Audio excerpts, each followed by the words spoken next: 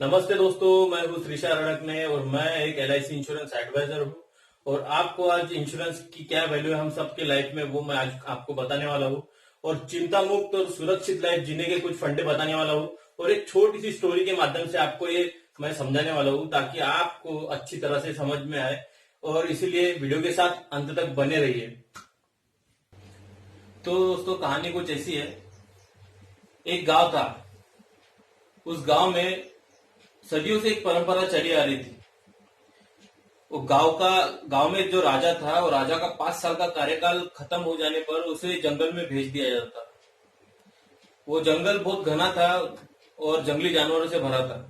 उस जंगल में जो भी जाता था वो 2 से 3 दिन के ऊपर जी नहीं पाता था। एक तरफ नए राजा का स्वागत होता था, तो दूसरी तरफ राजा का कार्यकाल खत्म हो जा पुराने का राजा का कार्यकाल खत्म हो जाने के बाद उसे जंगल भेज दिया जाता था। हाथों में रस्सी बांधकर घसीटते हुए उसे जंगल में भेज दिया जाता था। और एक अनोखी परंपरा वहां पे सदियों से चलती आ रही थी कि नए राजा को किस तरह चुना जाए। नए राजा को जिस दिन चुना जाता था तो गांव के पूरे लोग इकट्ठा हो जाते थे। और इकट्ठा हो जाने के बाद वहां पर एक हाथी के ऊपर फूलों की माला उसके सूंड के ऊपर रख दी जाती थी। और वो माला जिस भी इंसान के गले में हाथी पहनाता था वो राजा घोषित कर दिया जाता था।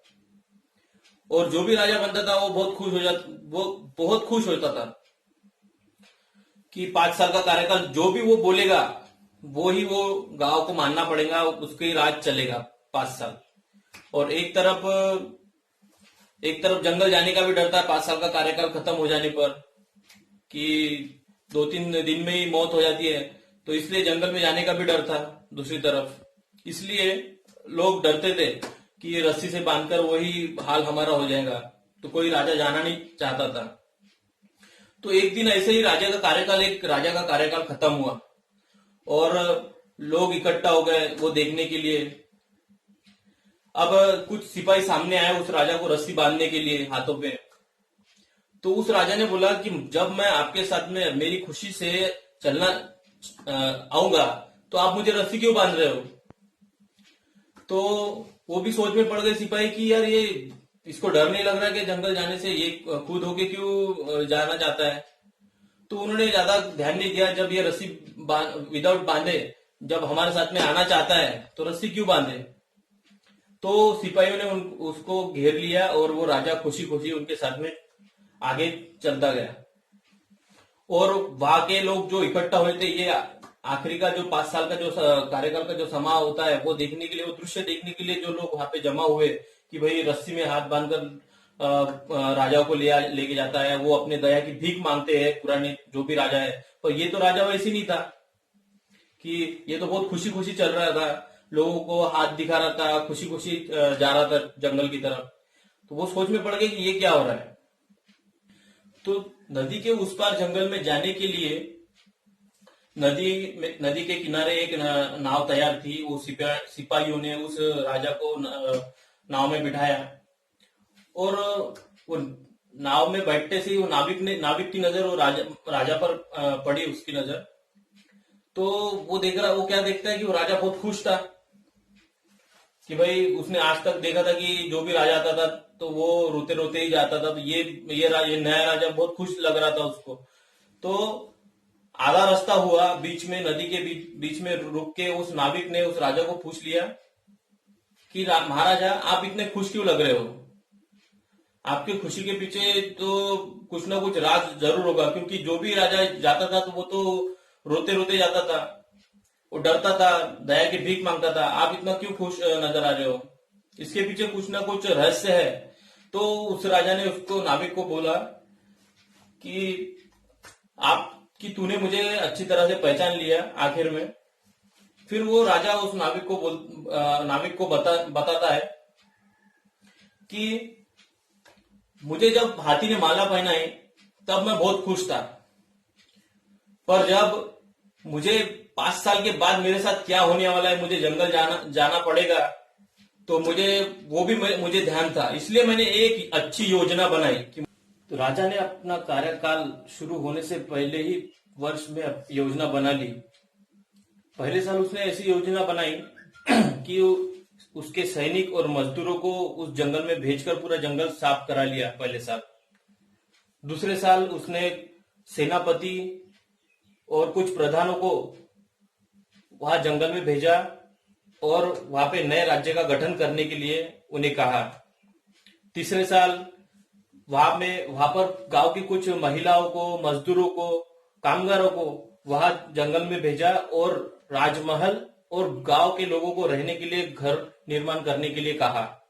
और चौथे साल प्रधानों को, ज्ञानी लोगों को उस जंगल में रहने के लिए वहां पर भेज दिया।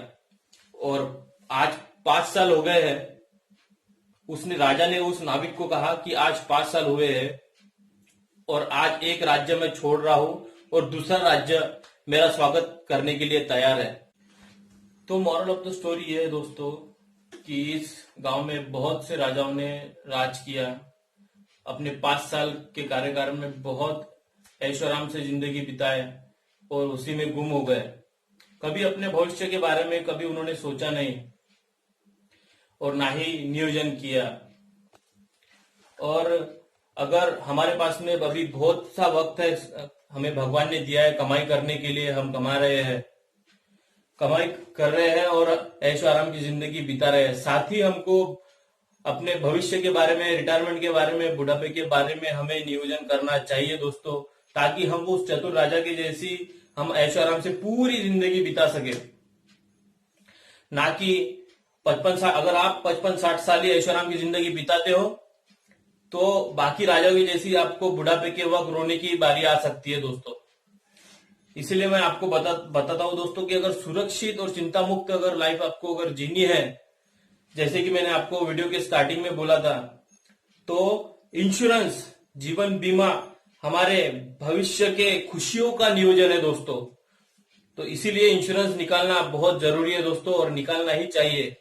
जो ये बात पहले ही समझ जाता है, नियोजन करता है, उसकी पूरी लाइफ, उसकी पूरी जिंदगी खुशियों से, ऐशो आराम से बीतती है दोस्तों। इसे ये बात आपको समझनी चाहिए, हम सबको समझनी चाहिए दोस्तों। और जिंदगी के सब दिन समान नहीं रहते हैं दोस्तों। जो ये बात समझता है, ये बात आपको सबको मालूम है कि जिंदगी के सब दिन समान नहीं रहते हैं। इसलिए हमें नियोजन, हमारा पूरे फैमिली का नियोजन करना चाहिए, रिस्क कवर करना चाहिए, इंश्योरेंस निकालना चाहिए। और इंश्योरेंस कब निकालना चाहिए? जब हमें जरूरत नहीं है तब हमें इंश्योरेंस निकालना चाहिए, ताकि जब हमें जरूरत पड़े तब हमें वो काम आए। तो दोस्तों, अगर मेरी ये छोटी स्टोरी, अगर मेरी बातें अगर आपको समझ में आई है तो मेरे वीडियो को सब्सक्राइब कीजिए, लाइक कीजिए, शेयर कीजिए आपके दोस्तों में, और मेरी ये बात आपके दोस्तों को और फैमिली के साथ, फैमिली को बताइए, शेयर कीजिए सब दोस्तों। और मिलते हैं नेक्स्ट वीडियो में, तब तक के लिए धन्यवाद।